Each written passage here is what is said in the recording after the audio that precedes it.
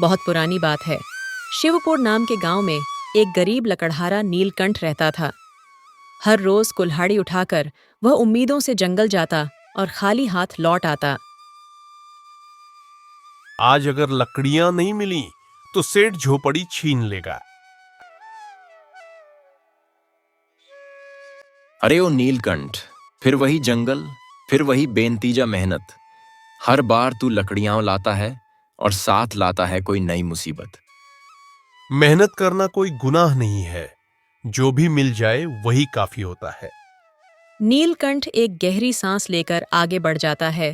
पीछे से गांव के लोग हंसते हैं और किस्मत उसका इम्तिहान लेने लगती है। नीलकंठ अब जंगल के बीचों बीच पेड़ काट रहा था। तभी एक शेर की डरावनी आवाज गूंजती है।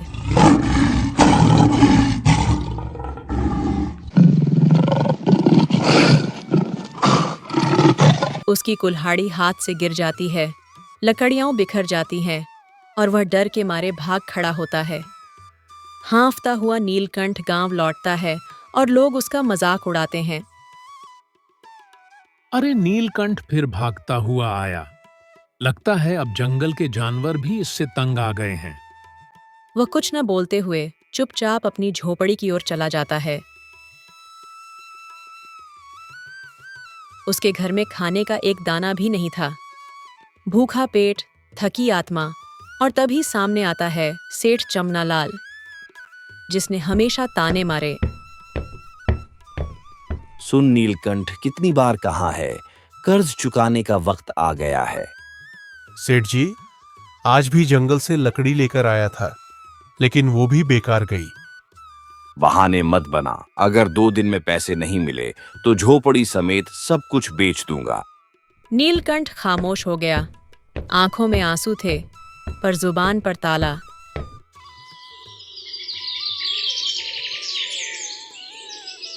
अगली सुबह फिर वही कुल्हाड़ी, वही रास्ता और वही जंगल।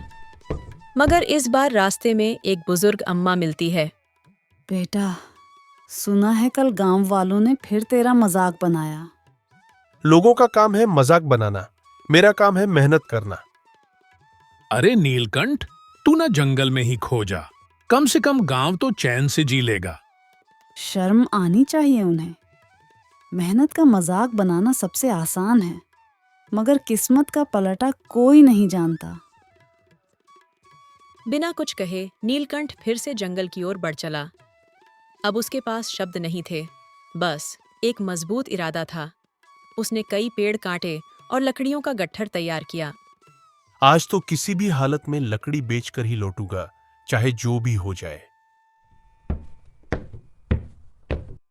पर किस्मत अब भी उसका इम्तिहान लेने को तैयार थी। अचानक तेज आंधी चली और गठन उसके हाथों से उड़ गया। अरे ये क्या हो गया? लकड़ियों का गट्ठर कहाँ उड़ गया? फिर वही हारा हुआ चेहरा, फिर वही खाली हाथ, और फिर गांव का तिरस्कार।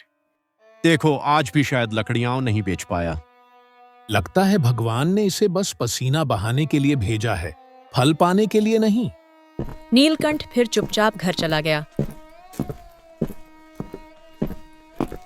और भूखा ही सो गया, लेकिन उसने हार नहीं मानी। अगली सुबह फिर जंगल की ओर निकल पड़ा। आज उसकी आंखों में कुछ अलग था। एक आग, एक वादा। आज कुछ भी हो जाए, मैं लकड़ी बेचूंगा और सेठ का सारा कर्ज चुका दूंगा। लेकिन जैसे ही लौटने का समय आया, बादल गरजने लगे और तेज बारिश शुरू हो गई। भीगता हुआ वह वापस लौटा। जैसे ही जंगल गया, बारिश शुरू हो गई। इसका मनहूसपन अब पूरे गांव पर भारी पड़ रहा है। अपमान सहा, पर जवाब नहीं दिया और भीगता भीगता घर चला गया। इस बार पहली बार उसकी आंखों से आंसू बह निकले जब वह अकेले एक पेड़ के नीचे बैठा। गांव वाले ठीक ही कहते हैं, मेरी किस्मत ही खराब है। अब क्या करूं? सेठ का कर्ज, भूख और अपमान सब साथ आ गया है। तभी एक बूढ़ा आदमी वहां आता है। बेटा, ये आंसू क्यों बह रहे हैं? हे बाबा, जब किस्मत ही रोती हो तो इंसान क्या करे? मत रो, शायद ऊपर वाले ने तुझे किसी बड़ी राह के लिए चुना है। मैं और बड़ा, लेकिन जिसे एक लकड़ी बेचने नहीं आती, वो आखिर क्या बड़ा बनेगा? बूढ़ा व्यक्ति मुस्कुराकर वहां से चला गया, बिना कुछ कहे। नीलकंठ अब जंगल में थोड़ा और भीतर गया, जहां एक पुराना खंडहर दिखा। ये कैसा खंडहर है? अंदर जाने का मन हो रहा है, लेकिन डर भी लग रहा है।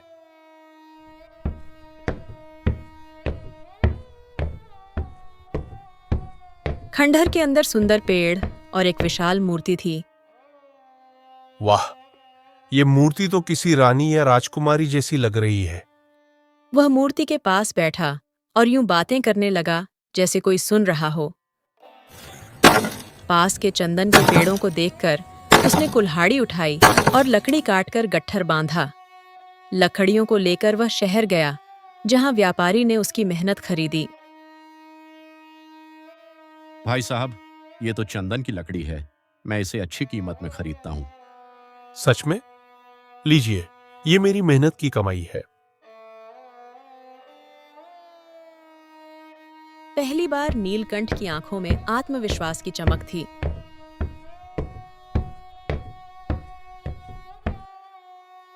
सेठ जी, मैंने आपका सारा कर्ज चुका दिया है। क्या तूने लकड़ियां बेच ली, और वो भी इतनी बढ़िया कीमत में? क्या सच में मेरी किस्मत अब बदलने लगी है? अब रोज वह खंडहर जाता और मूर्ति से दिल की बात कहता, जिससे उसे सुकून मिलता। तुम भी अकेली हो और मैं भी। तुम पत्थर की बनी हो और मैं गांव वालों की बातों से अंदर से पत्थर बन गया हूं। लगता है तुम मेरे दर्द को समझ रही हो। उसे नहीं पता था, ये सिर्फ एक पत्थर की मूर्ति नहीं, बल्कि उसमें एक आत्मा कैद थी। अगली सुबह जब वह वहां पहुंचा, तो उसकी जिंदगी हमेशा के लिए बदलने वाली थी। अरे, ये तो वही चंदन का पेड़ है। कल ही तो काटा था, आज फिर खड़ा हो गया। वह पेड़ फिर से ताजा और सुगंधित खड़ा था, मानो कोई जादू हुआ हो। ओ बाबा रे, ये तो कोई चमत्कार लग रहा है। क्या ये खंडहर सच में जादुई है? नीलकंठ धीरे धीरे मूर्ति के पास गया और चुपचाप बैठ गया। तुम बहुत रहस्यमयी हो, लेकिन तुम्हें देखकर मन हल्का सा हो जाता है। कुछ देर की शांति के बाद नीलकंठ बोल उठा, काश काश तुम मेरी पत्नी होती।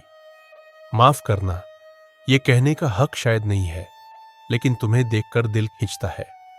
तभी एक हल्की हवा चली और कुछ ऐसा घटा जिसकी उसने कभी कल्पना भी नहीं की थी। नीलकंठ, मैं कब से तुम्हारी बातें सुन रही हूं। अरे, ये आवाज कहां से आई? तुम्हारी सच्चाई, तुम्हारा परिश्रम और तुम्हारा निष्कलंक प्रेम, इन्हीं ने मेरे भीतर की सोई आत्मा को जगा दिया है। ये क्या तुम बोल रही हो? हाँ नीलकंठ, मैं ही रूपाली हूँ।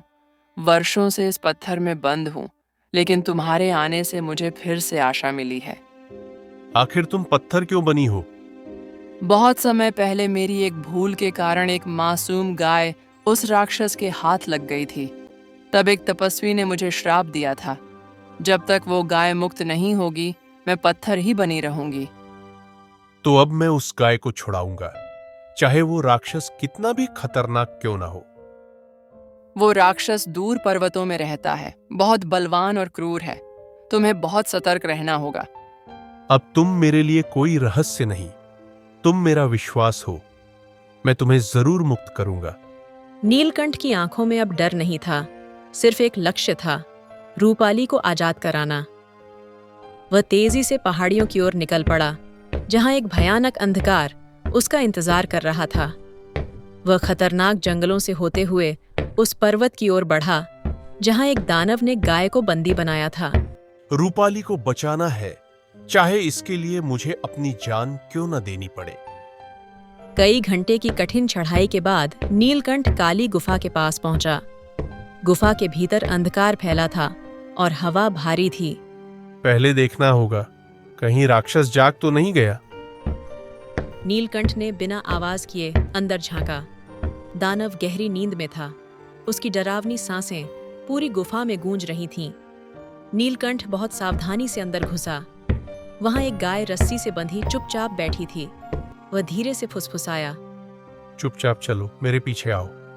गाय जैसे उसे पहचान गई, वो धीरे से खड़ी हो गई। बिना कोई आवाज किए नीलकंठ ने उसकी रस्सी खोली और दोनों गुफा से बाहर निकल गए।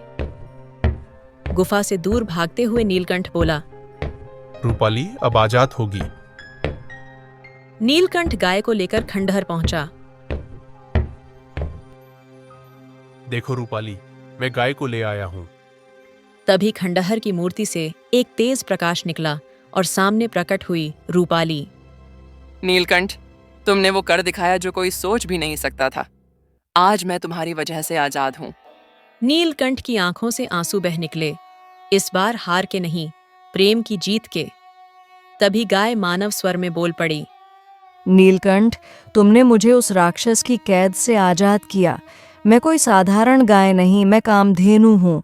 मैं हर दिन इतना दूध देती हूँ जितना औरों को महीनों में नसीब होता है। कामधेनु देवी, मैं आपकी अनंत कृपा के लिए आभारी हूँ। अब मैं सदा तुम्हारे साथ रहूंगी और तुम्हारे घर को समृद्ध बनाऊंगी। हे भगवान, ये सब किसी सपने जैसा लग रहा है। रूपाली ने नीलकंठ की ओर देखा और मुस्कुराकर कहा, नीलकंठ, क्या तुम मुझसे विवाह करोगे? मैं तो एक गरीब इंसान हूं। मेरी किस्मत ने हमेशा धोखा ही दिया है। अब नहीं नीलकंठ, अब तुम भाग्यशाली हो। जिसके पास मेहनत, प्रेम और सच्चाई हो, वही सच्चा धनवान होता है। तो फिर नीलकंठ? हाँ, मैं भी यही चाहता हूं। एक लकड़हारा जिसे सबने ठुकरा दिया था, अब उसका जीवन साथी बनने जा रहा था। नीलकंठ अब अकेला नहीं था। उसके साथ थी उसकी पत्नी रूपाली और चमत्कारी गाय कामधेनु। देखो तो सही, नीलकंठ लौट आया और उसके साथ वह लड़की कौन है? और यह गाय कुछ अजीब नहीं लग रही तुम्हें भी? नीलकंठ का घर अब रोशनी और खुशियों से भर चुका था। वह रोज कामधेनु का दूध बेचता था, जो स्वादिष्ट ही नहीं, औषधीय भी था। शहर से व्यापारी खुद उसके घर दूध लेने आने लगे। नीलकंठ जी, हम आपके दूध का 10 साल का कॉन्ट्रैक्ट करना चाहते हैं। दूध उतना ही मिलेगा जितनी मेहनत सच्ची होगी। सेठ जमनालाल अब ईर्ष्या से जल रहा था। गांव में नीलकंठ का सम्मान, व्यापारियों की लाइन, ये सब सेठ को चुभ रहा था। अब ये लकड़हारा अमीर बन बैठा है। नहीं, अब मुझे कुछ करना ही पड़ेगा। उसने अपने पुराने तांत्रिक भैरवनाथ को बुलाया। नीलकंठ की किस्मत बनाई जा सकती है तो बिगाड़ी भी जा सकती है।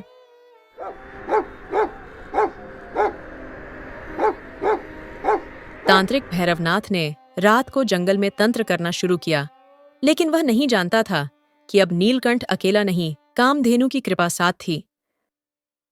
रात को तांत्रिक ने जंगल में गाय पर काला जादू किया तो गाय ने देवी रूप धारण कर लिया। दुष्ट, तू मुझ पर वार करेगा? उसकी आंखों से ज्वाला निकली और तांत्रिक वहीं राख बन गया। नीलकंठ उस रात जाग रहा था और उसने यह चमत्कार अपनी आंखों से देखा। उसकी आंखें नम हो गईं, मगर अब डर नहीं था, सिर्फ श्रद्धा थी।